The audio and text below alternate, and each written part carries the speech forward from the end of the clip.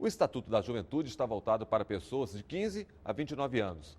Mas será que pode haver conflito com o Estatuto da Criança e do Adolescente? Há impacto no debate sobre a maioridade penal? Acompanhem. E uma última discussão que eu queria trazer, e aí na verdade um diálogo muito franco com os nossos amigos, aliados e parceiros do movimento dos direitos da criança e do adolescente, que eles trazem uma discussão que é importante, que é dizer que se a gente trabalhar no Estatuto da Juventude com uma faixa etária de 15 a 29 anos, e aí por conta de trabalhar o período de 15 a 17 anos, que hoje está regulamentado no Estatuto da Criança e do Adolescente, a gente vai abrir um precedente ou um argumento para aquelas pessoas que defendem a redução da maioridade penal. A gente não está trazendo uma discussão nova quando a gente diz que o Estatuto da Juventude, que a juventude tem que ser a partir dos 15 anos de idade. Não existe uma ideia fixa em relação ao que é essa infância e adolescência. O Estatuto da Criança e do Adolescente trabalha com criança até 12 anos e 12 a 18 anos com o conceito de adolescência. Por quê? Porque entende que a demanda que as crianças têm não é a mesma demanda que os adolescentes têm. E, da mesma forma, o Estatuto da Criança e Adolescente, diversos marcos legais permitem a aprendizagem profissional, o voto, o alistamento militar, inclusive antes dos 18 anos. Por quê? Porque ele aponta para um período de transição da fase da adolescência para o início da fase adulta. Ou seja, nesse sentido, ele demanda do Estado não apenas a proteção, mas também uma ação positiva do Estado em relação à garantia, da sua trajetória de emancipação, participação e desenvolvimento. Então, nesse sentido, o Estatuto não está apontando ou trazendo um argumento novo para quem defende a redução da maioridade penal. Na verdade, o que a gente está fazendo é, inclusive, institucionalizando que, a partir dessa fase, porque é uma decisão arbitrária, os adolescentes passam por um processo de transição, e isso precisa ser garantido na Constituição. É necessário que tenhamos o olhar para a nossa juventude trabalhadora, que é a maioria na fila do desemprego. Mas é necessário também que a gente reafirme aqui, e quero trazer essa fala e conclamá-los a todos, reafirmar a idade mínima para o ingresso no trabalho de 16 anos, exceto na condição de aprendiz, a partir dos 14, bem como garantirmos o trabalho decente para os adolescentes trabalhadores a partir dos 16 anos. E tem nessa Casa de Lei projetos para o rebaixamento da idade para o ingresso no mercado de trabalho, e eu sei que eu conto com o senador Valdemir, sei que eu conto com o senador Paulo Paim e o senador aqui presente e os demais parlamentares para que a gente não aprove esse retrocesso no Estatuto da Criança e Adolescente. Por fim, ouvi a todos e tem uma só discordância de tudo colocado aqui.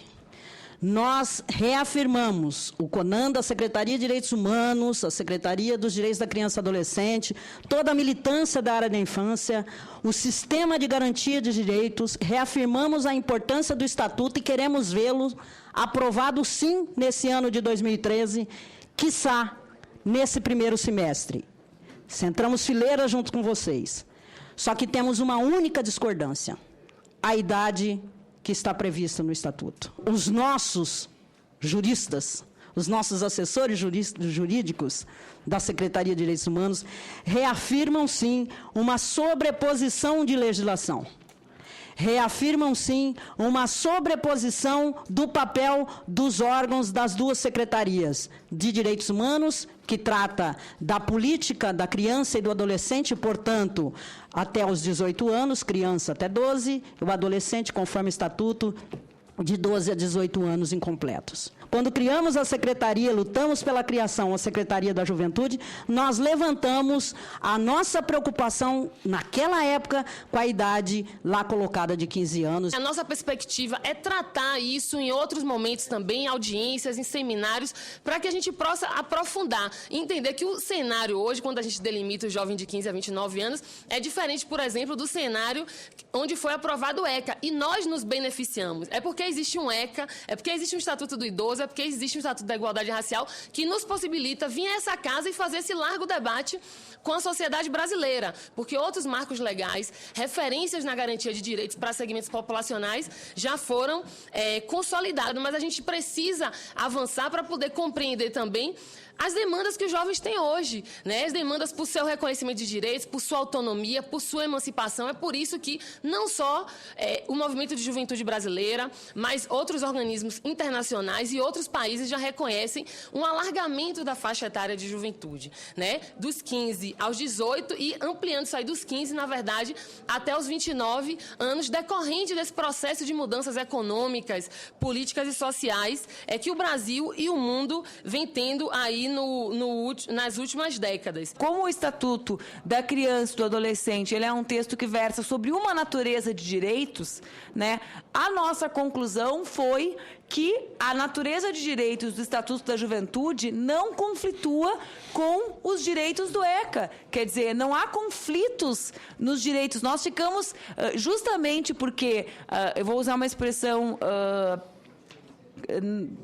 complexa, mas os parlamentares que redigiram o Estatuto da Juventude são os parlamentares amigos do ECA. Nós não queremos nem adultizar os nossos jovens adolescentes, né? Assim como nós não queremos jovializar as nossas crianças e nem sexualizar as nossas crianças usando saltinho, batonzinho e etc., mas nós não queremos também que os nossos adolescentes jovens sejam transformados em pré-adolescentes. Em relação à idade, senador, para ir mais rápido, o nosso entendimento é o seguinte: nós, primeiro que é um consenso na SNJ, no Conselho, nas organizações juvenis, que nós não queremos retroceder uma vírgula em relação já conquistado, conquista histórica, mais de 20 anos do ECA, né? Então, não a redução da idade penal, não a mudança da legislação em relação à entrada no mercado de trabalho, isso tudo é consenso. O nosso entendimento é que o Estatuto da Juventude ele é complementar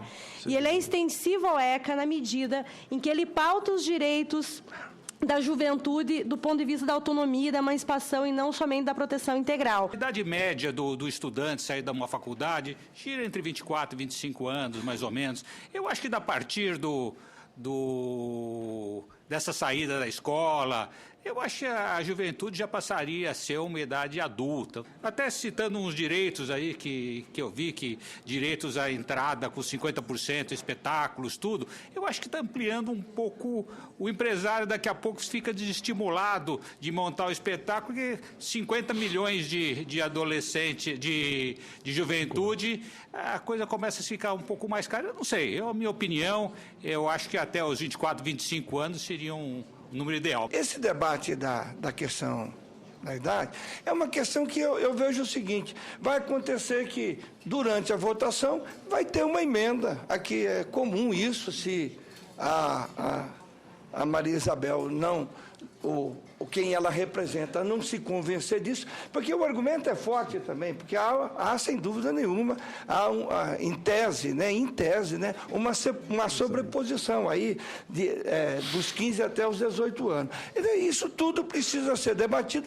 Em não havendo consenso, jovens, só tem um jeito aqui, e é por isso que existe o Congresso Nacional. Quando a gente não consegue, a sociedade, ela tem conflitos mesmo. E quando esses conflitos não conseguem chegar a um consenso, só tem um jeito da gente resolver isso, é votando. E digo, nem sempre a gente aprova tudo que a gente quer. Eu, quando apresentei a política de salário mínimo, era a inflação e o dobro do PIB. E depois, negociando, com a mediação das centrais e o presidente, aprovamos a inflação e o PIB, e está todo mundo hoje dizendo que resolvemos a questão e nós poderíamos ter um salário mínimo chegando a $1.000 até 2023, como era o projeto original. O Estatuto da Igualdade Racial foi a mesma coisa. A política de cotas não entrou lá. É bom lembrar isso. Eu tive que retirar a política de cotas, porque senão ele seria derrubado. Tiramos de lá a política de cotas, trabalhamos com um projeto paralelo, resultado, hoje a política de cotas é uma realidade, graças à articulação e à pressão do movimento social. Poderíamos falar aqui de tantos outros. O próprio Estatuto da Pessoa com Deficiência está agora em detalhes para aprovação final, com a articulação feita com todos os setores da sociedade. Então, o momento é esse. O próprio Estatuto traz para nós um debate que é importante, que é a organização do seu sistema nacional.